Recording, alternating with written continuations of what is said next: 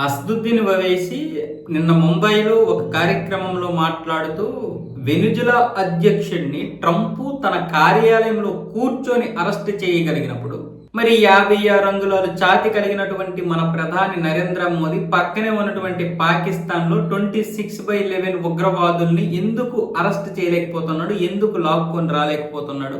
ఆ విధంగా చూస్తే వాళ్ళని లాక్కొని రావాలి కదా. మరి ఈ 56 అంగుళాల ఛాతీ కలిగినటువంటి ఈ మనిషి ఏం చేస్తున్నాడు అంటూ ప్రశ్నిస్తున్నాడు అసదుద్దీన్ ఓవైసీ.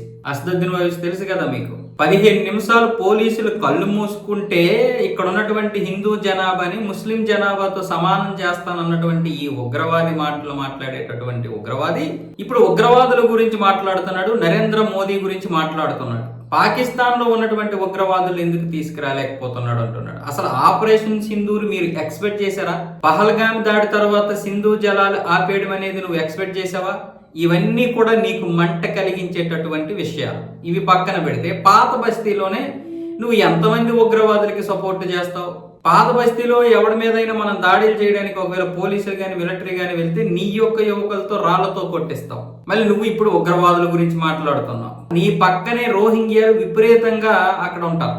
అక్కడి నుంచి రాష్ట్రం మొత్తానికి సరఫరా అవుతారు. ఫస్ట్ వాళ్ళు దిగేది పాత బస్తీలో. అక్కడి నుంచి వాళ్ళు ఏ ప్రాంతానికి వెళ్ళాలనేది పక్కాగా మీరు పంపిస్తారు. మళ్ళీ నువ్వు ఉగ్రవాదుల గురించి మాట్లాడుతున్నావు. అసలు ఆపరేషన్ సింధూర్ లో చేసినటువంటి దాడి మొట్టమొదటిసారి భారత చరిత్రలోనే ఉగ్రవాదులు చేసినటువంటి దాడిని పాకిస్తాన్ చేసిందని చెప్పి పాకిస్తాన్ మీద వైమానిక దాడి చేశాం. అటు ఉగ్ర స్థావరాలు ఇటు పాకిస్తాన్ కి చెందినటువంటి స్థావరాలు ఒకేసారి కూల్చడం అనేది ఎవడైనా విన్నాడా? ఎవడైనా చూశాడా? ఆ సంఘటన మీకు ఈ రోజు గొగురు పొడిచేసింది. అంటే మీకు అసలు ఏంటి, అసలు భారత ప్రభుత్వం ఏం చేస్తుంది అంటే ఉగ్రదాడి చేస్తే ఇక నుంచి పాకిస్తాన్ మీద దాడులు జరుగుతాయి అన్నమాట. అలాంటి ఒక గట్టి హెచ్చరిక వెళ్ళింది. ఆ హెచ్చరికను మీరు ఎక్స్పెక్ట్ చేయలేదు. ఈ రోజు నువ్వు ఇక్కడ మాట్లాడుతున్నావు కానీ ఆ రోజు జరిగినటువంటి 26/11 దాడులు నీకు సంతోషకరమైనవే.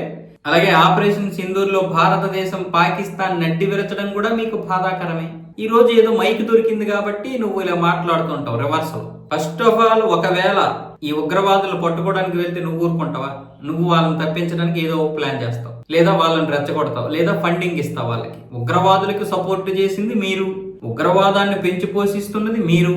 ఉగ్రవాదం అంటేనే మేము అన్న విధంగా నువ్వు ఇచ్చిన స్టేట్మెంట్ ఏదైతే ఉందో ఈ 15 నిమిషాలు అనేది అది ఎప్పటికీ కూడా ఎవడు మరిచిపోయినా నేను మాత్రం మరణివ్వను. 15 నిమిషాలు పోలీసులు కళ్ళు మూసుకుంటే నీ జనాభాతో హిందూ జనాభాని సమానంగా చేస్తావా?